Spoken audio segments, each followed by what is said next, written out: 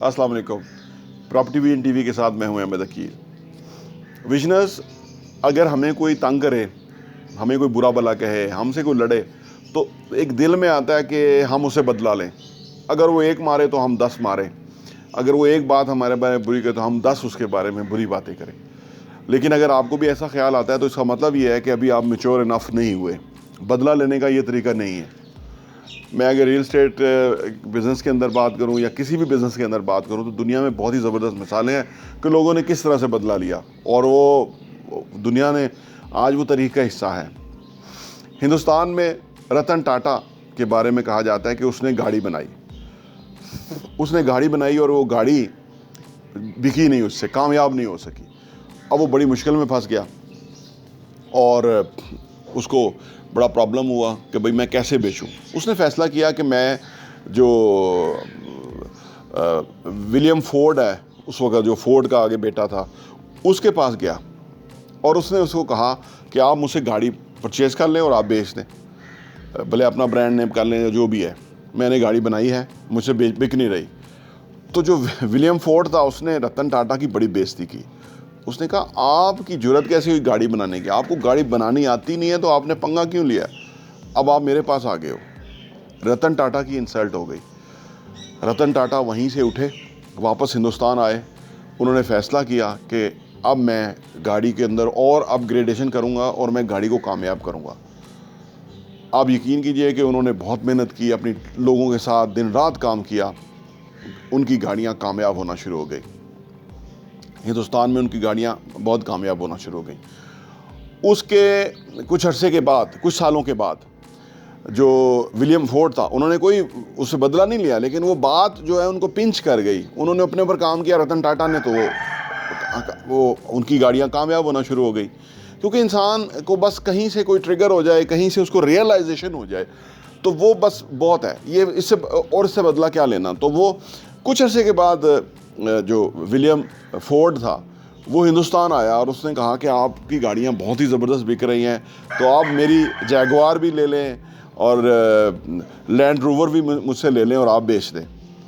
रतन टाटा ने जो है उसकी कोई ख़ास इंसल्ट नहीं की। बहरहाल उनका ये मायदा तय पा गया और हिंदुस्तान में फिर वो उनकी गाड़ियाँ बेचने शुरू हो गए साथ साथ। ये बदला उन्होंने इस तरह से लिया। इसी तरह स्टीव जॉब्स के बारे में कहा जाता है कि स्टीव जॉब्स ने अपनी जो कंपनी थी उसकी एप्पल, उसके अंदर वाइस प्रेसिडेंट खुद सेलेक्ट किया जॉब के ऊपर।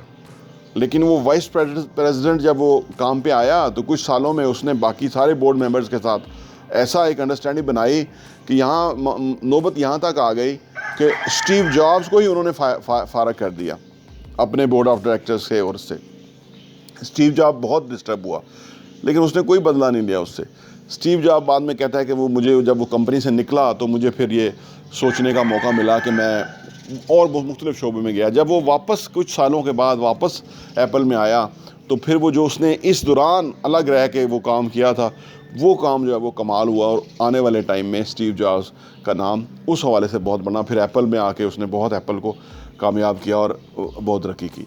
तो बदला लेने का बेसिकली ये तरीका होता है कि बजाय कि हम किसी को एक मार रहे हैं तो हम 10 मारें, हम इतना अपने आप को ऊपर ले जाएं कि वो खुद जो है वो खुद ब खुद दिल में ये वो रियलाइज़ कर ले कि भाई वो वाकई एक बड़ा इंसान है, वाकई एक कामयाब इंसान है, वो वाकई एक अजीम इंसान है कि जो बेसिकली उससे गलती हुई थी। क्योंकि जब भी आपके साथ कोई ज़्यादती कर रहा होता है ना तो उसको रियलाइजेशन हो जाती है। लेकिन जब आप जवाब इस तरह से देते हैं, कहते हैं सबसे बड़ा जो रिवेंज है वो ये कि आप तरक्की कर जाए, इससे बड़ा बदला कोई नहीं है। तो ये दुनिया में के अंदर बहुत सारी मिसालें हैं कि जो बिज़नेस के अंदर लोग थे उन्होंने किस तरह से बदला लिया, किस तरह से वो कामयाब हुए और दुनिया ने उनको एक्नॉलेज किया।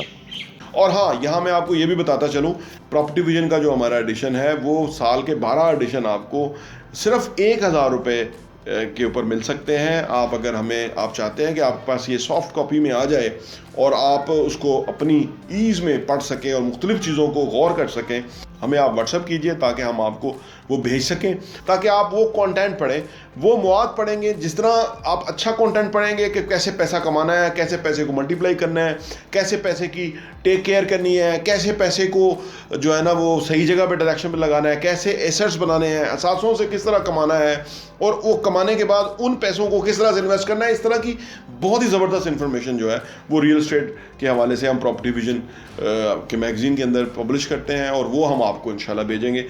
प्रॉपर्टी विजन टीवी देखने का बहुत बहुत शुक्रिया।